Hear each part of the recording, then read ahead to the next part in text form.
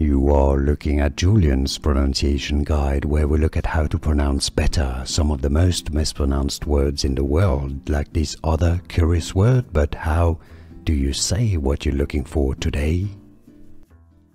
Buongiorno. How do you say artichoke in Italian?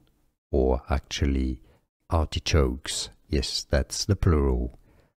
In Italian pronunciation, carciofi, carciofi. In English you can simply say it as carciofi. If it says only one, singular is carciofo with an O, or carciofo. Now, here are more videos on how to pronounce more confusing words and names too many mispronounced. Like this video if you found it useful. I appreciate your support. I'll see you soon and thanks for watching.